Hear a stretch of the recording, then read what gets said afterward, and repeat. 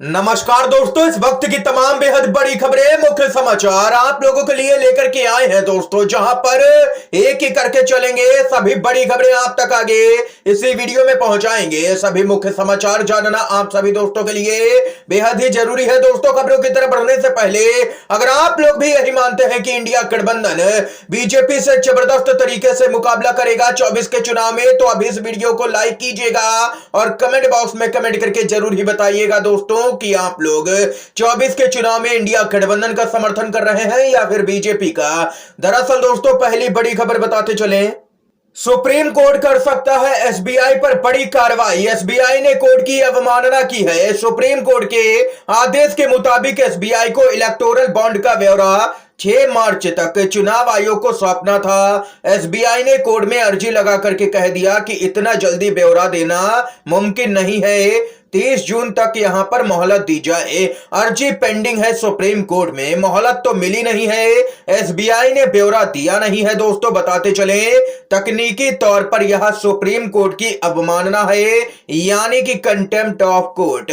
सीधे तौर पर एसबीआई सरकार के इशारे पर काम कर रहा है। आखिर ऐसी वो कौन सी शक्तियां हैं जो यहां पर सच सामने आने नहीं देना चाहती हैं। यहां पर बहुत कुछ छिपाया जा रहा है दोस्तों। राहुल गांधी का तो यहां तक कहना है कि पूरी दाल ही काली है। जो बीजेपी ने भ्रष्टाचार किया है वो कोर्ट के अंदर खुल ना जाए, इसलिए तमाम तरह की साजिशें रची जा रही हैं। और वहीं दोस्तों, चुनाव आयोग की राहुल गांधी को एडवाइजरी जारी हुई है, जिसके बाद कांग्रेस पार्टी चुनाव आयोग पर हमलावर हो गई है। बताते चले, पीएम मोदी के खिलाफ में बयानबाजी पर राहुल गांधी को चुनाव आयोग की नसीहत, कहा रहे सतर्क।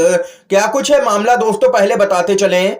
लोकसभा चुनाव की तैयारियों के बीच चुनाव आयोग ने कांग्रेस पार्टी के नेता राहुल गांधी को जनसभाओं के दौरान बयानबाजी के लिए सतर्कता बरतने की एडवाइजरी जारी की है। चुनाव आयोग ने भविष्य में राहुल गांधी को जनसभाओं के दौरान अधिक सतर्क और सावधान होने के लिए कहा है। राहुल गांधी ने पिछले साल नवंबर महीने में बीजेपी के नेताओं, जिनमें पीएम मोदी भी शामिल थे, उनके खिलाफ में भाषण देते हुए जेब कतरा और पनौती जैसे शब्दों का इस्तेमाल किया था। यह मामला जब दिल्ली हाई कोर्ट पहुंचा तो अदालत ने चुनाव आयोग से इसको लेकर के एक्शन लेने की बात कही थी। लेकिन क्या आप लोगों को याद है कि दिल्ली विधानसभा चुनाव के दौरान बीजेपी के नेताओं ने, सांसदों ने किस तरीके के भड़काऊ भाषण दिए थे? तब यहां पर कोर्ट ने क्या फैसला दिया था कि चुनाव के दौरान ये सभी बातें तो होती ही हैं, लेकिन जब राहुल गांधी ने यहां पर यह शब्द इस्तेमाल किए तो देख लीजिए कि चुनाव आयोग से लेकर के कोर्ट तक उनके खिलाफ में उतर आए। पूरे मामले पर श्रीनिवास बीबी ने ट्वीट किया और कहा कि जब रेफरी ही बीजेपी के गोलकीपर बनकर के घूम रहे हों तो इस देश में निष्पक्ष चुनाव अब अतीत की बात बनकर के रह गई है।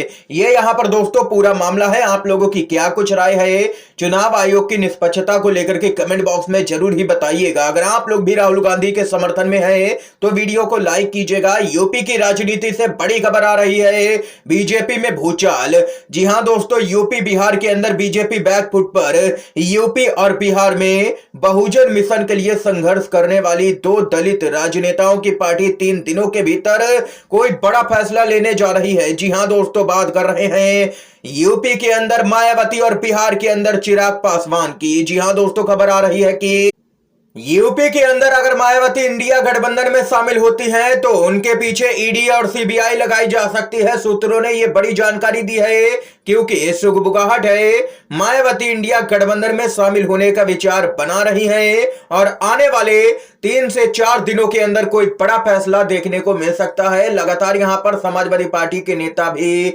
ऐसे ही दावे कर रहे हैं और कांग्रेस के सूत्रों ने भी ऐसी जानकारी दी है दोस्तों।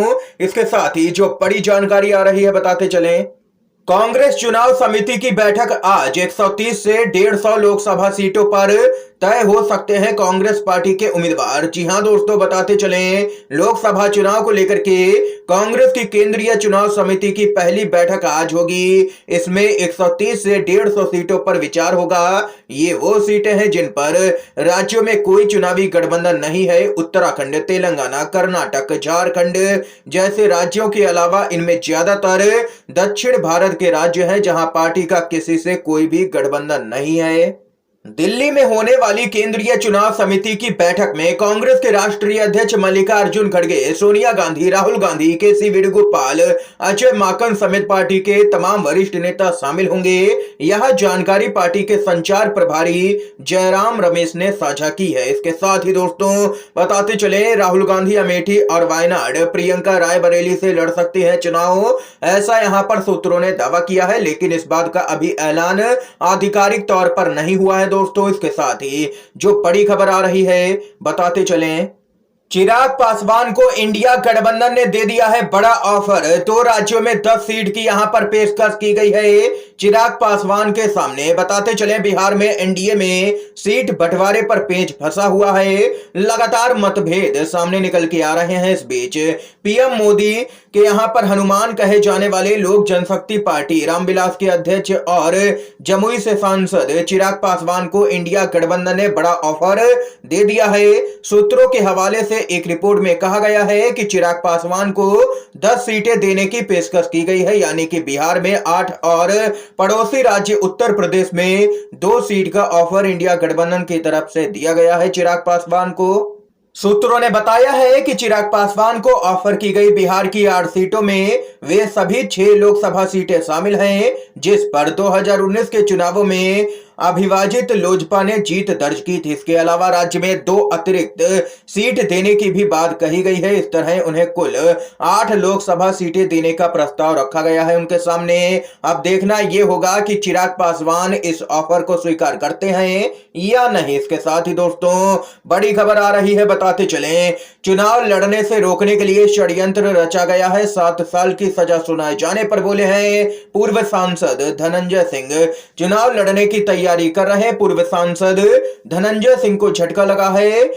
अपहरण केस में कोर्ट ने सुनाई है 7 साल की सजा। जी हां दोस्तों, लोकसभा सीट जौनपुर से अपनी किस्मत आजमाने की तैयारी कर रहे थे, लेकिन अचानक से उनका मामला खोला गया, कोर्ट में सुनवाई हुई और उनको सजा दे दी गई 7 साल की। यानी कि बीजेपी डरी और बौखलाई हुई नजर आ रही है। तमाम नेताओं को यहां पर पूरी तरह से रोकने का प्रयास किया जा रहा है।